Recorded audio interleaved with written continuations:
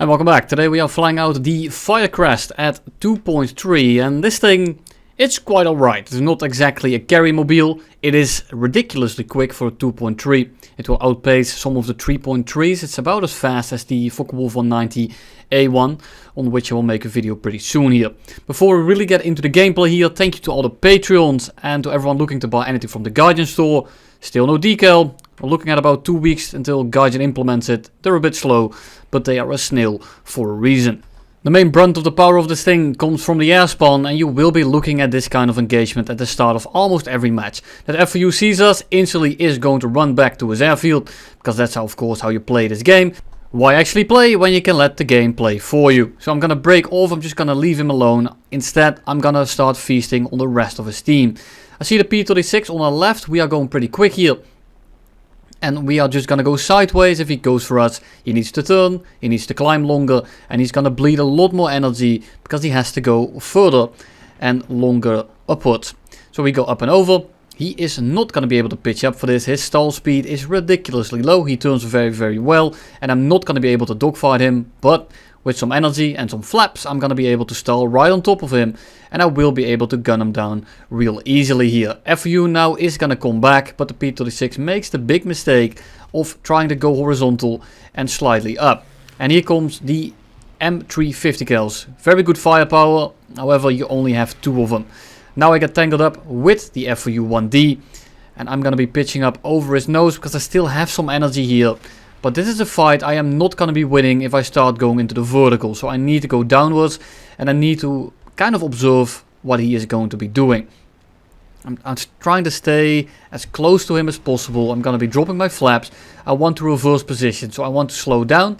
But he seems kind of indecisive, so I start wepping again. I notice that he's about to overshoot, so now I'm really going to cut throttle. I'm going to embed myself on a 6 like a nasty leech. And I'm about to just start sucking him dry. So I'm just on the 6 and I'm just gonna embed myself here. He can't really do much anymore. He's simply too fast. And if he tries to reverse me, he needs to cut throttle, needs to go even slower. And then it makes it a very easy kill for me. I'm also going too fast for him to run away from. And I'm also too fast for him to really start out-turning me. Because with some energy in this thing, it turns quite alright. Especially when it's already on your 6. Try to keep turning as much as possible with the keyboard. Because the mouse turning isn't that stellar. It feels very unresponsive. If you then touch your keyboard at all, you'll start noticing that it pulls extremely quickly out of nowhere. P40 then runs away, dies to someone else, and that's going to be game. And here we are again with the airspan at the start of the match. And I notice that the A36 likes to go for me. He's already pitching in for me. That's too many guys here, so I'm probably going to try to get 1 or 2 kills and then just leave. I don't have the energy to deal with this many people. So I'm just going to pull up over this guy's nose. I'm going to go straight vertical. Keep looking around. The A36 is not going straight up for me. He's going to try run away, which means that he is instantly not a target to me anymore. I want to get 1 or 2 kills in here. I notice that the MiG-3 is pitching up for us. He doesn't have anyone near the energy to do this. So I'm just going to switch targets to him. Hold the trigger down. And I'm using these tracer belts with M350 cals. And if you hit an engine or fuel tank, you're very likely to get an engine fire, a fuel fire, or simply a pilot snipe. These rounds are extremely good. The issue is you only have 2 of them and they are in the wing, so they're kind of awkward to aim. But now, I'm able to just leave the area. And I can see that some of these guys want to chase me. They want to kill me. Yak 1 is stopped climbing, P40 is chasing me, stopped climbing as well. So I'm able to just fly in a slight climb towards my team. And all these guys that are just going to ride my ass for the rest of the match, they are very easily just going to die to my team. And that's why I'm not diving to the guys on the deck. I want these guys to keep chasing me, but I don't want to go all the way to the deck, because if I do that, I'm basically disallowing my team to actually help me with all the guys on my 6, because they have to sacrifice too much altitude. And here we are, the literal game after, again on Tunisia. I absolutely despise this map, because it goes by way too quickly, because of all the tickets. I notice an I-153 here. I'm gonna dive on him. He is way too maneuverable. He notices us, so I'm just gonna break off. There is no use trying to boom and zoom that thing, and not at this stage of the game, because he's gonna cost me too much altitude, too much energy, and too much time. And the longer I take, the less I do at the start, the more useless this thing becomes. So I want to start engaging someone. I notice that he breaks off. I'm going to try to get one more pass on him, see if he makes a bad mistake. But he's actually going into the right direction. I'm just going to shoot from range and I'm going to break off. I'm going to leave him alone. Lag in front of us, pretty low. Shouldn't have the energy to do anything. P36 on our right, but he's too low. He's not really a threat. But the lag does try to pitch up for us. So we are going to try and trap him and then shoot him down real easily. So we go horizontal, look around. Lag tree is kind of low. He's followed by an I-16. So if I go for the lag right now, I'm just going to get hosed down by the I-16. I'm not really feeling it. But I do notice that the I-16 is very committed. Even though I am faster than him, even though I'm above him, and even though I'm turning very shallowly, I'm just trying to drain him of energy. I'm sucking him dry again. And we wait for him to pitch up for us. There he is. And he's about to lose nose authority. There we go. He stalls out. We drop the landing flaps. We go a little bit horizontal. And the second I notice that he's really stalled out, I pitch in for him. And I mean, at that kind of airspeed, it doesn't matter who you are going to be eating all the rounds that I shoot at you. So there's a lot of guys on the left, but there's also 2 guys on the right, and the 2 guys on the right are actually occupied with someone else. They are probably low on energy. They might have gotten damaged, maybe not, I don't see any smoke. But it's a MiG-3 and a P-26. And the MiG-3 I can very handily dogfight, the P-66 not so much. But I have some altitude on him, so I just have to dodge the P-66 when he comes head on with us. There he is, I can start energy trapping him. Keep looking at the MiG-3. And it doesn't really matter what the MiG-3 does at this point, because he didn't have the energy to really do anything. So I'm going to switch targets to the P-66, because he will be more dangerous in the long run. He kills my teammate. So he's also occupied. I'm just going to keep holding the trigger down until he dies, gets set on fire or anything. I am forced to break off again, but he's on fire. So we should be okay for the time being. We go head on with the MiG-3. At least a head on merge. We go up and vertical. And the MiG-3 just does not turn whatsoever. So I'm going to get the shot in a singular turn already. I just missed it a little bit. And you can see the difference between mouse and keyboard in a second. There you go. I pressed the keyboard. If you didn't see it, feel free to rewind. But you can tell that every time I press the keyboard, that cursor just shoots out. And here is the annoying part of the Firecrest. Getting behind someone at very close range. And these guns, I run 400 in this game. Some games I run 600. Because I know I can aim from a little bit of a further range. But it's very annoying when you start shooting at closer ranges. Because the guns are pretty far apart. We then try to RTB. Because we are pretty low on ammo. We're on 25%. And there's a lot of guys in the middle of the map. And the issue is, because it's Tunisia, I am going to lose before I even reach my airfield. Quite incredible. So I noticed 2 guys on the left, and I noticed this MiG-3 on my right here who is occupied with the Heinkel 111, which means that he's basically a free kill at this point. So I'm going to switch over to him. We're going to shoot at him. We crit his engine, and that's basically going to put him out of the game. If you get an engine crit like that, he's forced to RTB. If he doesn't, he will die. He's probably looking at an orange red. Probably not black, but he's definitely at least an orange engine, which isn't going to do you much good. The RE2000 right next to us, and we're going to fight him the exact same way as we did with the I-16. We're going to climb a little bit, except this time I'm a little bit more on the clock. So I'm going to hope he doesn't do the right thing. I'm going to stall him out. He's going to lose nose authority. And I'm going to try to pitch into him a little bit quicker than I probably should. So I'm going horizontal here. I'm waiting for him to stall out. And because he stalled out, I think I'm able to pitch into him. But he actually goes into the right direction. And he just goes over my nose. So unlucky.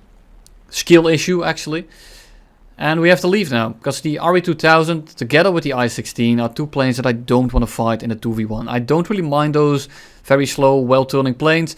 So instead, I'm just going to go to the deck. And I'm going to clean up the planes that I know will give me a lot of trouble in the late game. FU basically stalled out. CW21, probably the most annoying thing to face in almost any plane, is also going straight vertical. So I'm going to take him down real quick as well. And now I just killed the 2 biggest annoyances at this BR. Next to the P29N, but there aren't any in the enemy team this match. So it's actually not that annoying. If you run into a P29N, and this goes for basically every plane at this BR, it's bullshit. Sure, the guns are kind of annoying to use, but it goes as fast as some 4.3s. It goes as fast as the first P47s. It's 2.7. It can turn with the BF19 F4. it can beat it very handily. It can beat a lot of planes in the stall fight very handily. And I'm talking about planes at like 5-7. It's ridiculous. I don't know what they thought about that. Probably because people don't do very well in it.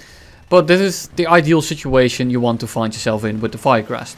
You just want to come in and you just want a third party with your team around. And, I mean, any plane can do this. But this plane, it kind of relies on it after you've used the airspawn. And what you want to happen is, you kill 1 or 2 guys at the start. You crit someone, you maybe take someone out. Maybe you get 2 crits in and a kill. And then your team can start snowballing. And when your team starts snowballing, you can start third partying everyone. And then this plane, I mean, that's the ideal situation. Very often it doesn't really work because of you are at 2.3. Most people don't really know what to do. And they don't really know what to do with the situation that you present to them. So these guys are just all turning in front of me.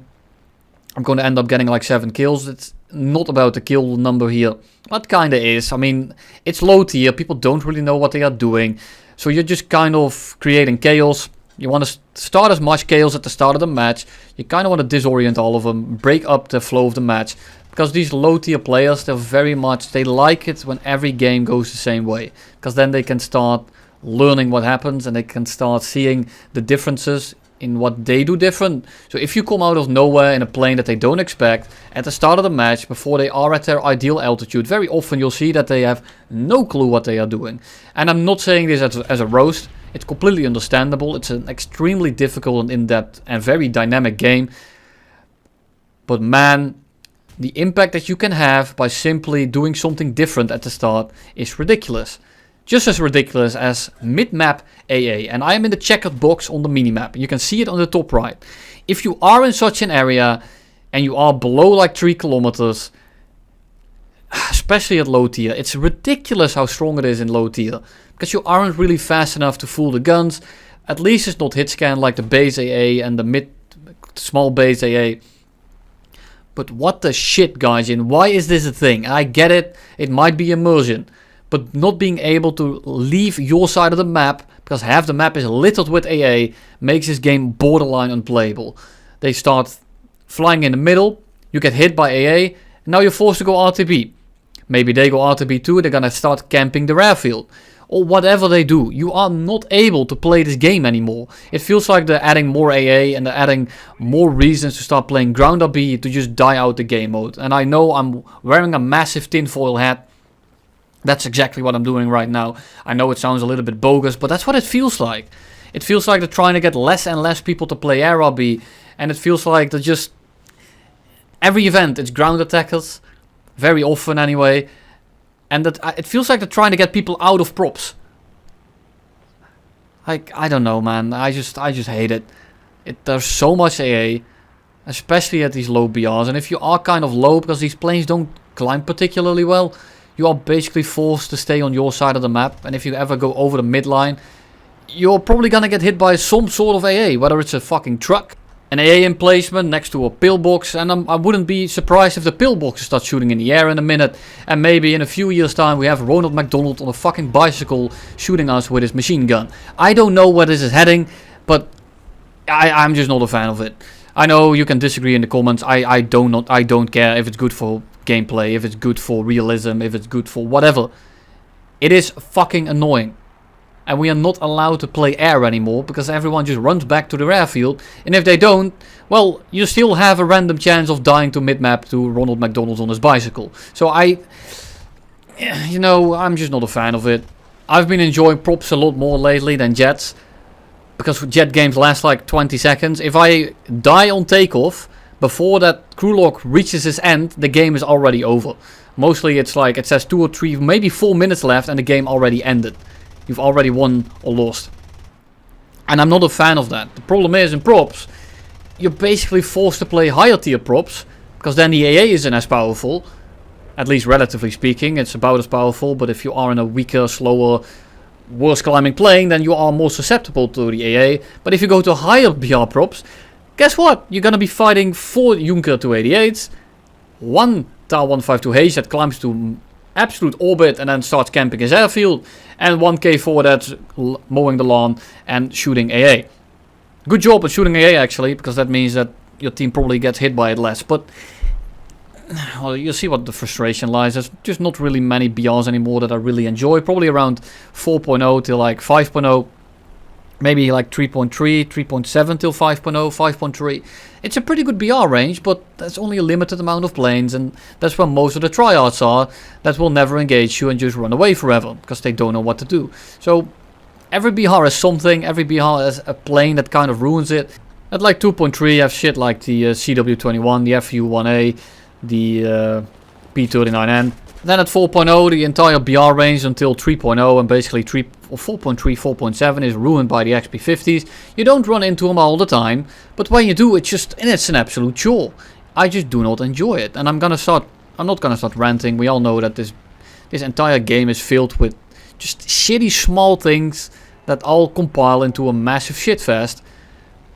But that's my opinion. Feel free to disagree or agree, but that's just the way it feels. So BF91, he goes down. And we are gonna go straight into the last match of today's video. We are on Krimsk, actually, this time. And we're gonna start off with killing a TBF. We are at 3.6 kilometers. And if I don't have to dive for a bomber, because he is diving or he didn't climb, or whatever, if I can just kill him on the way to the rest of the enemy team, then I am going to do it. And especially when I notice that there are guys that will be above us. Because the map is pretty big, so it's probably going to nullify our air spawn. And some things like the Yak 1B, just Yak 1s in general, they might start ending up above us. Yak 4 as well, but that's a bomber with an air spawn. And this TBF is completely oblivious, so I'm going to switch my attention to him. Try to kill him as we go right now. I already killed his gunner. And because he's basically AFK, I'm just going to keep tap firing at him. I keep hitting him. I can tell I'm trying to aim with one gun. We set him on fire. And I'm just going to let him burn up. If he doesn't die from that, completely okay. But I just don't want to chase him late game. And there's a Yak 1. He didn't actually climb that steeply. So we have a little bit of altitude. But that other Yak 1 on the left is on equal altitude. We might have been able to get a little bit above him. But we shoot him at him in the head-on. We miss everything because we are a gamer. TBF dies in the background. And I'm going to switch targets to the next Yak 1. The Yak 1 behind us is going to start chasing us. And it's going to make us a little bit more aggressive in this head-on. I might stick a little bit longer. My guns are a lot faster. I'm just going to shoot. I'm going to dodge a little bit. Get a crit in. Shoot a little bit more. Get a hit. Get a crit. Get some damage in. Get a smoking engine. And he also nicks our wingtip, which is actually going to be pretty damn annoying. SBD coming in. It's a little bit similar to a plane like the SB2C. Definitely a lot less potent, but it's able to just kind of float behind you. And you're not really going to be able to do anything about it. Definitely a plane that's manageable one-on-one. However, if he's going to start diving next to two Yak 1s, yeah, you're not going to have a very great time. Yak 1s in general also not going to be giving us a great time, but I will be able to outrun them. So that's what I'm trying to crutch on here. I'm trying to make at least one of them disinterested so I can start running away. Because that's what this plane is good at. I don't really feel like dogfighting a Yak 1. But I'm trying to get near my teammate. I want him to switch targets for the guy right above us. He does so, and he's probably so occupied going for our teammate now, I think it's a BF9, that I can go underneath him and just pitch up straight for him. People don't expect this when you are running away, when you're trying to get rid of someone on your 6, and you suddenly pitch up for them when they are changing targets. It's very likely that they aren't really paying attention. I'm stalling out now. I'm in a very bad spot. I'm just going to use my flaps. I'm going to try to turn inside of him in case he starts dogfighting with us. Because currently I'm pretty slow. And I should be able to pitch into him at least once. But he goes a little bit higher than anticipated. And he actually ends up just going over our nose. And I need to cool my engine. I also need to make sure that I'm winning this dogfight. And I notice I'm losing too much ground. It's not going to happen. So I'm instead just going to be diving out. He is crit. He's going to start spraying. So I want to fly as straight as possible until he starts shooting. I want him to shoot his rounds off. I don't know how badly crit he is. I don't know if he wants to RTB. But I kind of want him to RTB. So I'm just going to start dancing in front of him. I'm going to start running away from the rest of his team. Because I don't want to start running into another one of his teammates. And then he will easily catch me. Right now I'm going to completely dust him. Because my top speed is much, much greater. And because he's crit, he's already spraying. He will probably run out of ammo eventually. And then he might go RTB. At least that's the plan right now. We don't know if he will actually do it. So I'm just going to wait for him to stop shooting. If he breaks off, good for us. If he doesn't break off, I'll wait till about 1.5 to 1.6 kilometers, and then I'll push ahead on and we'll start a dogfight from there again. But I'm not going to be trying to reverse him. I'd rather turn around, take a head on, maybe get some hits in the head on. If I don't, I can at least dogfight it on equal terms. I do not want a Yak 1 on my 6 to then try to go slower than it to reverse it. Very, very dangerous. I'd rather get some separation in. He broke off, we went RTB, we fixed our wingtip, we got our ammo back. And here I'm running it without mech, and you can very easily tell that this plane starts overheating pretty quickly. I just took off, I already have orange oil and engine temps, less than ideal. And the Yak 1 is occupied with the BF 109. So I'm gonna slot into his 6. I'm waiting for him to start turning to see what direction he goes. Once I have solidified my place on his 6, I'm gonna start spraying at him. Now I'm forcing to go defensive versus me. Instead of going for the BF 109, he's going for the 109 a little bit. Then he changes his mind, and at that point he collects a 50 cal in the back of his head, just like Jeffrey Epstein, who didn't kill himself. So because he was a little bit indecisive, he should have reacted to me a little bit quicker, and he probably would have been able to get out of my guns. But then the BF 109 would have very easily been on his 6. So losing position right there. You want to be a little bit faster, however, when you get someone on your 6. You can try to kill him if he's right in front of you and you really need to make it a one-on-one. But in that kind of situation where you still have to do like 90-degree turn, probably a better idea to break off, start going defensive. Because even if you kill him, if it gets you killed in the return as well, does it really get you anywhere? Probably not. But if you are 100% going to die, like you have an A6M on your 6, just try to get the kill in your front. At least you get something out of it before you die. MiG-3 diving on us. Again, not really worried. I'm faster than him, or I can go faster than him. And I turn a lot better. And he decides it's a good idea to put all his altitude and energy into running away from a plane that will eventually catch him. Would have been much better off to use all that altitude, all that energy to go back up. Try to stall me out. Use his energy that way, because that's the only way it's going to get him anywhere. Now he's trying to run away from us, and I get a crit in. Using your energy to try and run away from a plane that will eventually catch you is the biggest waste of energy you can commit. He also collects a 50 cal in the back of his head. He also doesn't kill himself like the previous person and Jeffrey Epstein. But you don't want to waste your altitude, your energy, to run away from a plane that will catch you and also outrun you. If you have to jump on him, use your energy then and there. Do not let your enemy equalize, especially when he's on your 6, and especially when the guy on your 6 will eventually catch you as well. If you want to reverse him, be my guest. In a MiG-3, however, likely not going to happen. Here we are, Yak 1, and this time we have the altitude advantage, and we are gonna do the same thing as I just said. Do not waste your altitude, but this guy is completely oblivious. I mean, look how slow he is. I just come in, I set him on fire. Yak 4 as well. We go up and over. Just want to make sure I don't die to his gunners. But other than that, this is not really an issue. It's a Yak 4. I have 300 rounds of 50 cal, and he is just way too slow. There you have it. Thank you all for watching, and I'll see you all in the next one.